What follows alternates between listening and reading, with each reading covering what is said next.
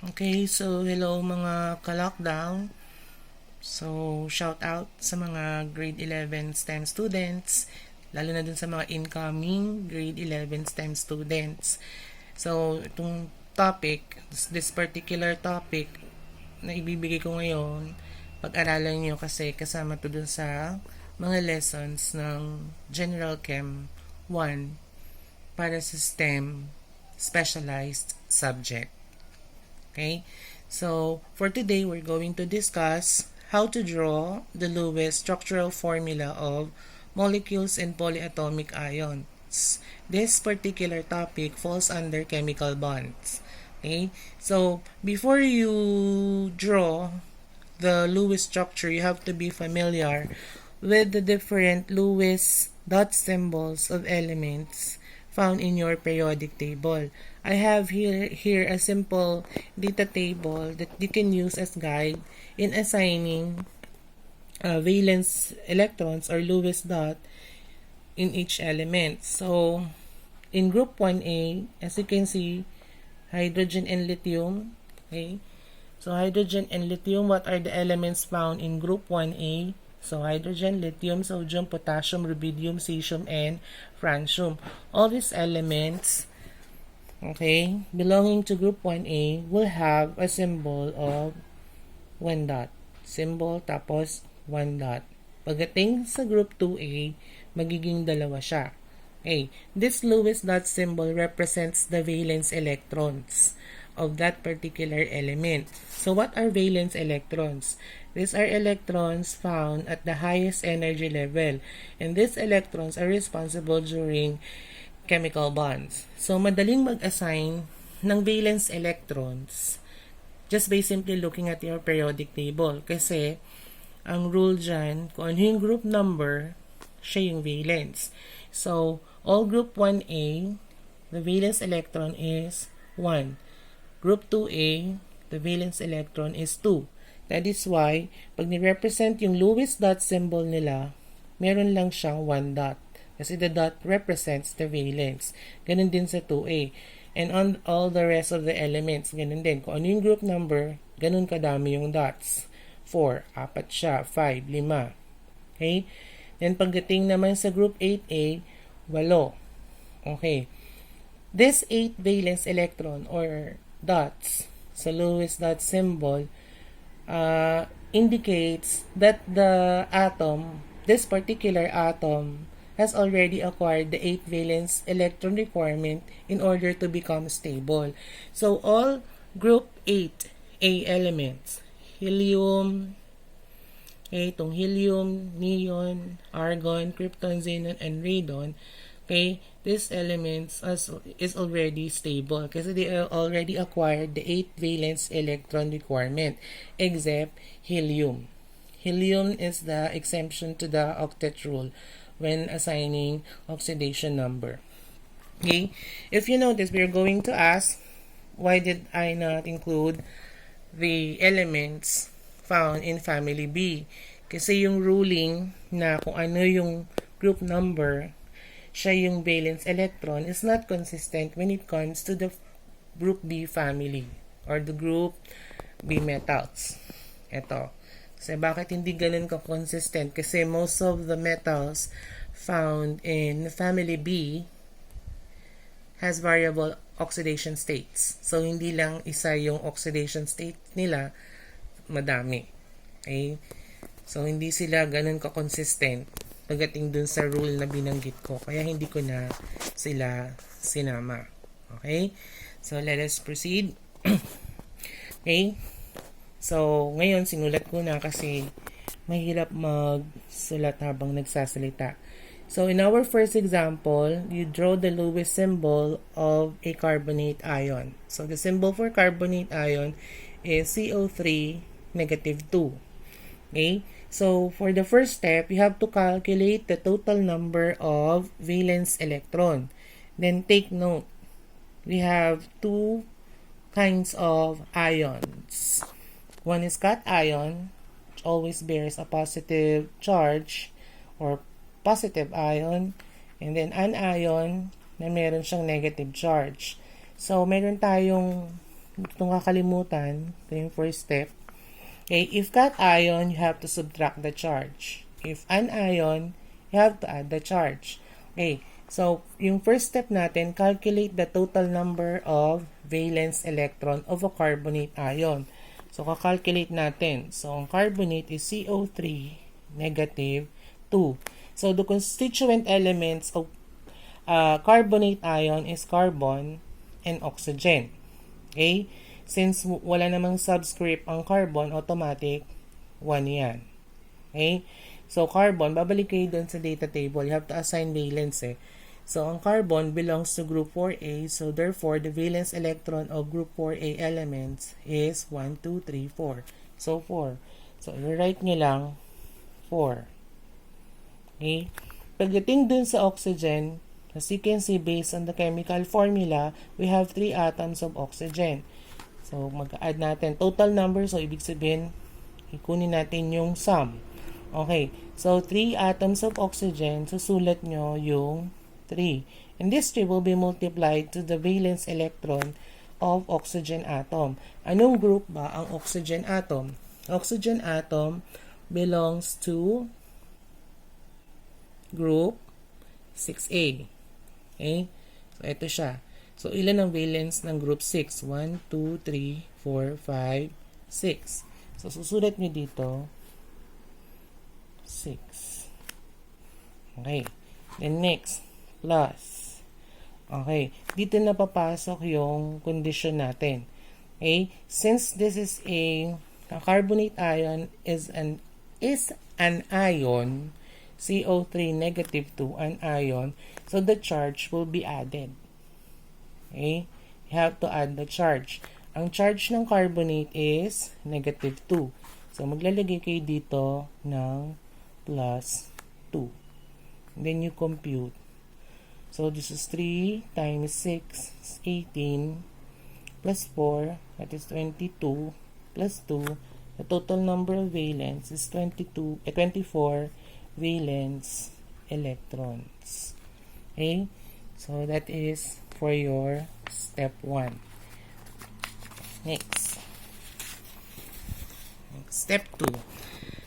Then you have to identify the central atom. So, ito yung condition. So, the central atom should be the lone atom. Ibig sabihin, ng lone atom yung nag-iisa lang. Okay? Lone. The lone ranger.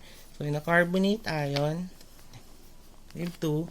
So, ang lone atom, yung nag-iisa lang is carbon. Okay? And then, isa pang condition, the central atom must have the highest covalency. Okay? Ang ibig sabihin ng high covalency? Pag sinabi nating high covalency, that particular atom has a high electronegativity value and have the higher ability to form 3 to 4 bonds. Since meron tayong special property ng carbon, ang carbon can have multiple bonds, can have single bond, yan yung carbon, pwede siyang magkaroon ng double bond, pwede rin siya magkaroon ng merong triple bond. Okay? That is a special ability of carbon. So, that is why, so in identifying the central atom based on this example, so the carbon atom has the higher covalency.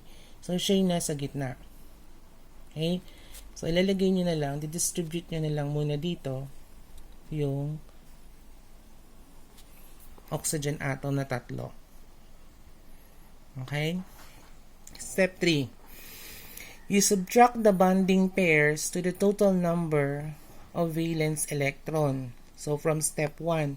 So, in your step 1, the total number of valence electron is 24. Okay. So, ilan yung isusubtract ninyo? So, going back to this part, okay, so, after identifying the central atom, okay, so the central atom is carbon, okay, and then, siya nasa gitna, so, nasa labas ito, you're going to write a single bond, okay, between the central atom and the outer atom. Call this the central atom. Ito yung outer.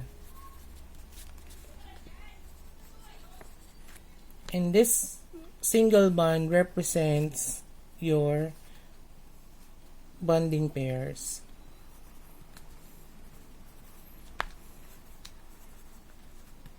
Okay, so central atom, your carbon atom, then oxygen is your outer atom, and then the dash line represents the bonding pair.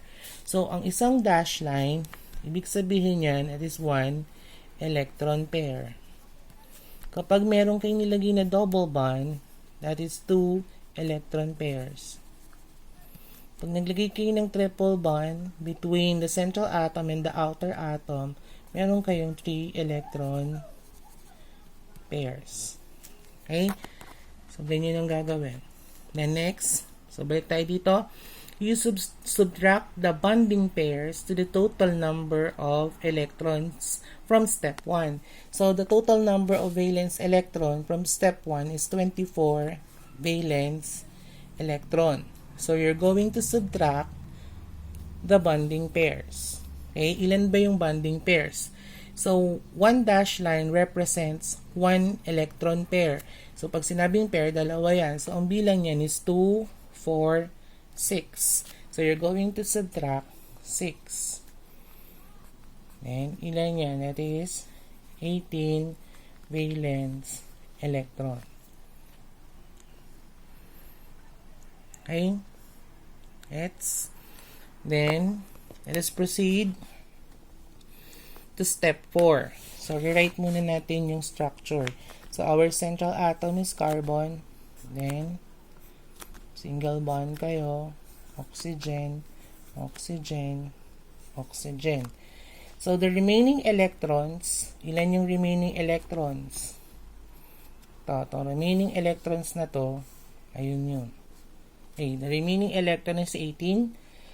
These are distributed around the outer atom. Okay, balik tayo. So, ano ang outer atom? Ito yung outer atom. Okay, will be distributed to the outer atom. So, if ever, those electrons that are not used or excess are placed in the central atom. So, you have to distribute the 18 valence electron to the outer atom, representing dots. Okay, so 18, 1, 2, 3, 4, 5, 6, 7, 8, 9, 10, 11, 12, 13, 14, 15, and 16, 17, 18. Okay? So, wala tayong excess. Kasi ang ruling dyan, kung meron excess, these are placed at the central atom. So, wala kayong ilalagay sa central atom. Kasi all remaining 18 electrons are consumed around the outer atom. We call this now the non-bonding pairs.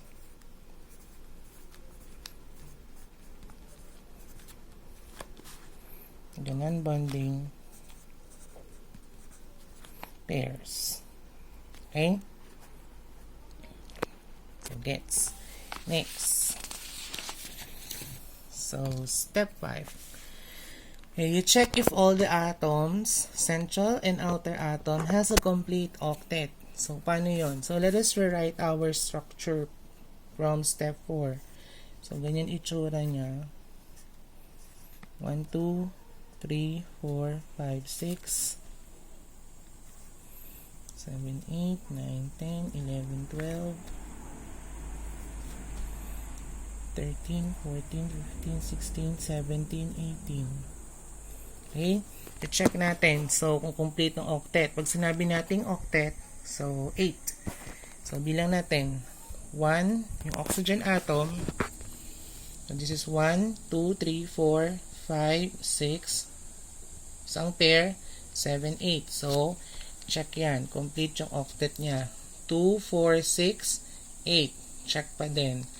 Then, ito, 1, 2, 3, 4, 5, 6, 8. So, check pa rin. Central atom, carbon, 2, 4, 6. So, if you notice, hindi siya naka-complete octet. Okay, so anong gagawin? So, if the central atom did not complete the octet rule, move one non-bonding pair of electrons to the central atom, but this time you will represent it as a dash line. Okay, so sulat natin yung carbon, oxygen. So this is 1, 2, 3, 4, 5, 6, 7, 8. And 1, 2, 3, 4, 5, 6. Oxygen. 2, 3, 4, 5, 6. So, asan yung non-bonding pair? So, pag sinabing non-bonding, ito yon. So, ililipat nyo siya towards the central atom. Dito. Kaya, ang magiging itsura na niya is carbon, single bond, oxygen. Dahil nilipat nyo na siya, yung dalawang yon, magkakaroon kayo ngayon dito ng double bond. Okay? Tapos, yung may matitira kayong lone pairs. Okay? Dito yung ani. 1, 2, 3, 4, 5, 6. And then, dito naman. 1, 2, 3, 4, 5, 6. Okay? So, let's check kung nakakomplete na ng octet. 2, 4, 6, 8. So, check na yan. 2, 4, 6, 8. Check na rin to. 2, 4, 6, 8. Check na rin yan. 2, 4, 6, 8. So, check. So, this is your final structure. Pwede rin naman, since electrons are delocalized, pwede rin siyang maging ganito. Yung double bond nyo ang nandito. Single bond yan. Tapos, andyan yung isa. Pwede rin ang double bond nandito. Tapos, andito yung single bond. Okay, you call this the resonance structure.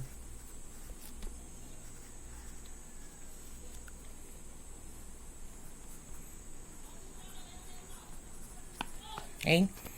So para malaman natin kung yung final structure nyo nga is tama, you have to compute or calculate for the formal charge, yung Fc, of each atom, both the central and the outer atom. How to compute for the formal charge? Okay, so the formal charge is equal to group number minus non-bonding and bonding electrons. So, ito yung structure natin. Double bond, 1, 2, 3, 4. Single bond, 1, 2, 3, 4, 5, 6. 1, 2, 3, 4, 5, 6.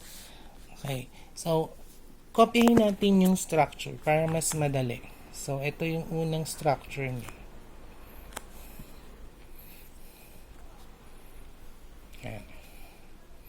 Yan yung itsura, diba? 1, 2, 3, 4. Yung isa, 1, 2, 3, 4, 5, 6.